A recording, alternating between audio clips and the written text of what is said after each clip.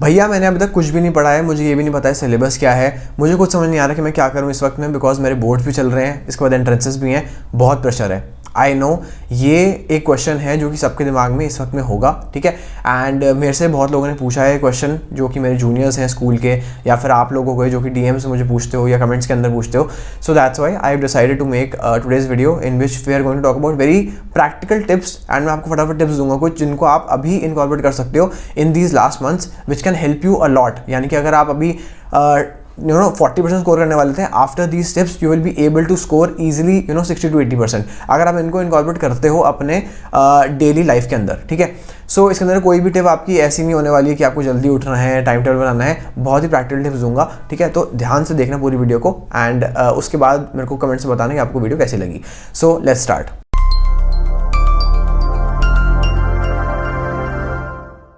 तो सबसे पहले मैं जो भी लोग एग्जाम देने बैठते हैं उनको मैं 4 कैटेगरी में डिवाइड करना चाहूँगा, ठीक है। बहुत ध्यान से सुनना। पहली कैटेगरी होती है टॉपर्स की। टॉपर होते हैं जिन्होंने एंट्रेंसेस के लिए, भले ही जेईई के लिए पढ़ रहे हो या किसी और एग्जाम के लिए पढ़ रहे हो, लेकिन उन्होंने 2-3 साल इसके अंदर डाले हैं, उनका मैथ्स अच्छा है, उनका एलआर अच्छा है, उनका वर्बल भी अच्छा है, उन्हें सब कुछ ऑलरेडी आता है, उन्हें केवल ब्रशअप करना है। इन लोगों के लिए to get into IIM Indore and IIM Rohtak is not a very big deal, it is very easy, ठीक है। इनके लिए ये पेपर बहुत ही ईजी होने वाला है, मैं आपको पहले बता रहा हूँ। तो अगर आप इन 1% में हो तो it is very good for you, ठीक है। लेकिन हम में ज़्यादा लोग इसके अंदर नहीं होते हैं, ठीक है। तो हमें इनको देख के डरना नहीं है। बहुत लोग तो ये करते हैं कि यार वो देखो बच्चा वो सब कुछ कर रहा है, हम किसी कोचिंग में जाते हैं, वहाँ पे एक लड़का, कोई अगर आपकी ऑनलाइन कोचिंग है तो वो हर जगह हर आंसर दे रहा होता है, या आपकी ऑफलाइन कोचिंग है तो वो हाथ खड़ा करके सारे आंसर कर रहा होता है, तो हमें उनको देख के लगता है यार हमारा कोई चांस नहीं है इंदौर तक जाने का, या फिर जो भी आप एम कर रहे हो वहाँ पे जाने का, बिकॉज ऐसे लोग हैं यहाँ पे जो कि क्लियर कर देंगे एग्जाम को।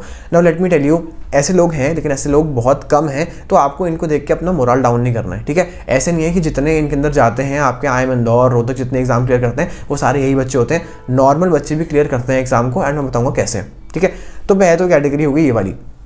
दूसरी कैटेगरी होती है उन बच्चों की जो बिल्कुल कुछ नहीं पढ़ते हैं, यानी कि निल, ठीक है। इनके लिए एग्ज़ाम में क्लियर करना, एग्ज़ाम में बैठना ही मैं कहूँगा बेकार है वैसे तो, क्योंकि अगर आप कुछ नहीं पढ़ के जा रहे हो तो इट्स बेटर कि आप एग्ज़ाम भी मत ही दो, ठीक है।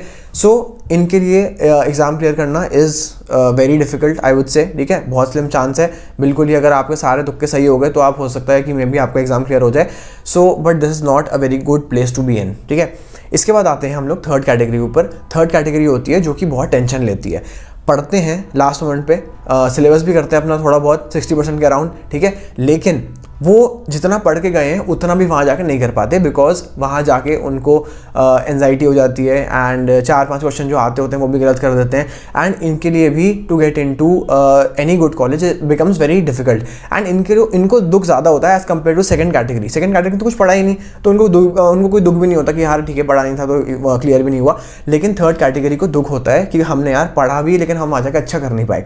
सो मेक श्योर कि आप भले ही किसी भी कैटेगरी में हो, इस कैटेगरी में मत होना थर्ड वाली में, बिकॉज ये आपको रिग्रेट देती है, ठीक है। एंड इसलिए मैं कहता हूँ जो भी पहले पढ़ रहे हो एटलीस्ट मेक श्योर कि वो क्वेश्चन आप वहाँ जाके करके आ रहे हो, ठीक है।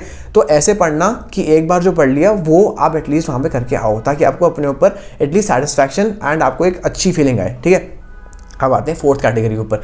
फोर्थ कैटेगरी होती है ऑफ द स्मार्ट पीपल। ज़्यादातर जो आपके एग्जाम क्लियर करने वाले हैं वो ये फोर्थ कैटेगरी के होंगे। ये फोर्थ कैटेगरी ने बहुत ज़्यादा पढ़ाई भी नहीं करी, बहुत कम पढ़ाई भी नहीं करी, एंड ये लोग ने स्मार्टली पढ़ाई करी है, प्लस ये लोग वहाँ जाके जो क्वेश्चन करके आ रहे हैं एटलीस्ट वो सारे क्वेश्चन जो इन्हें आते थे वो सारे अच्छे से करके आए हैं, ठीक है। ऐसा हो सकता है 3-4-5 क्वेश्चन नहीं आते हो, कोई बात नहीं यार छोड़ दिया, लेकिन ये लोग स्मार्टली पेपर अटेम्प्ट करके आते हैं, एंड यही लोग पेपर क्लियर भी करते हैं।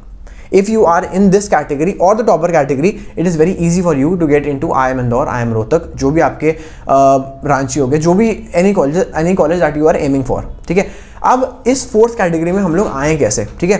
ज़्यादातर लोग इसी कैटेगरी में फॉल करते हैं बिकॉज उन्होंने टॉपर्स की तरफ बहुत सारा पढ़ भी नहीं रखा, लेकिन उन्हें अच्छा परफॉर्म भी करना है, ठीक है। तो now we are going to talk about some very practical tips that can help you in your exam and if you want to be in this smart people वाली कैटेगरी, ठीक है।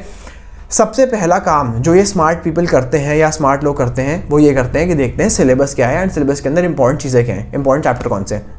अब ऑलरेडी मैं बहुत वीडियोस बना चुका हूँ इसके ऊपर, आई विल लिस्ट या लिंक कर दूंगा एक वीडियो जो इंपॉर्टेंट वाली है टू चेक, जिसको आप देख सकते हो, एंड जिसके अंदर हमने बात की हुई कि पास्ट ईयर में कौन से आपके चैप्टर्स इंपॉर्टेंट आ रखे हैं, ठीक है। So first thing is to get to know the exam and the syllabus.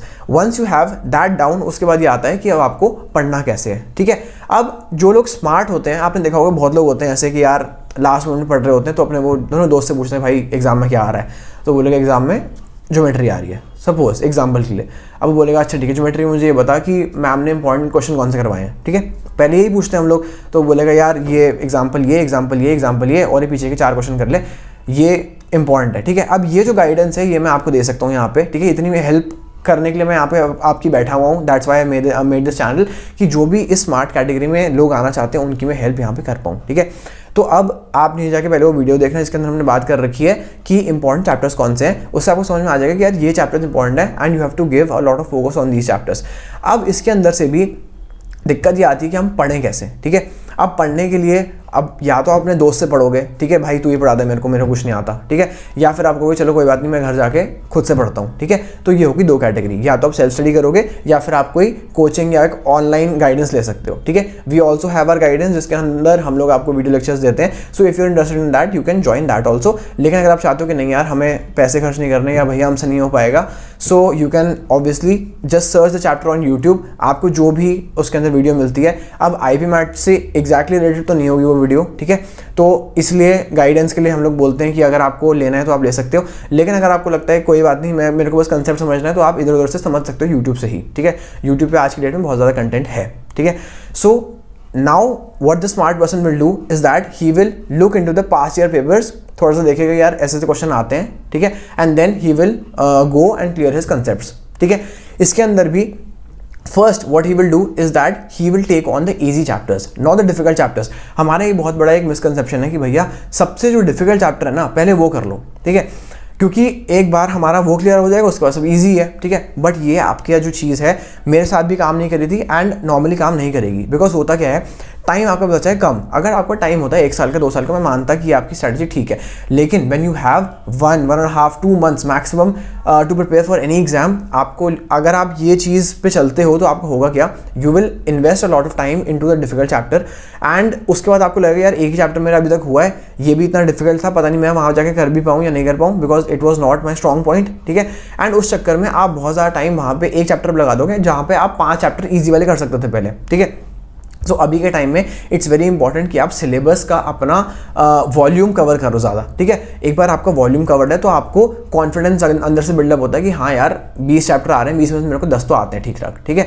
And जब मैंने आपको बोला है कि अगर आपको पढ़ रहे हो तो ऐसे पढ़ो कि जो चीज़ आपने एक बार पढ़ ली है वो चीज़ आपको वहाँ जाके उस चीज़ का आप क्वेश्चन ज़रूर कर पाओ, ठीक है। मैंने बोला था 3rd कैटेगरी में फॉल नहीं करना है, क्योंकि अगर आपने कोई चीज़ पढ़ी एंड आप वो जाके वही सेम क्वेश्चन आप वहाँ जाके सॉल्व नहीं कर पा रहे हो या इसलिए मिस्टेक कर रहे हो, गलत कर रहे हो, तो आपका जो भी आपने मेहनत करी वो सारी जीरो हो जाएगी। अब भैया इसको ठीक कैसे करें, हमारी तो एंजाइटी हो जाती है, हम थक जाते हैं वहाँ पे इतना सारा लिखते लिखते, या फिर हमें टेंशन हो जाती है, तो फिर हम क्या करें, इसके लिए आपको प्रैक्टिस करनी पड़ेगी, आपको मॉक्स देने पड़ेंगे। मॉक्स भी हमारे पास अवेलेबल है हमारी वेबसाइट के ऊपर, अगर आपको चाहिए तो आप बाय कर सकते हो, ओनली मॉक टेस्ट का सीरीज़। एंड अगर आप कोर्स बाय करते हो तो कोर्स के अंदर भी आपको 5 मॉक टेस्ट मिलते ही हैं जिनको आप प्रैक्टिस कर सकते हो। IIM इंदौर अलग से आपको बाय करने पड़ेंगे अगर आपको और चाहिए बाकी एग्जाम्स के लिए, ठीक है। सो मॉक टेस्ट देने भी बहुत इंपॉर्टेंट है। So once you have covered the syllabus you can do the mock test, जिससे आपको एक कॉन्फिडेंस आए एंड आपको ये समझ में आए कि यार एग्जाम का जो प्रेशर है वो हैंडल कैसे करना है।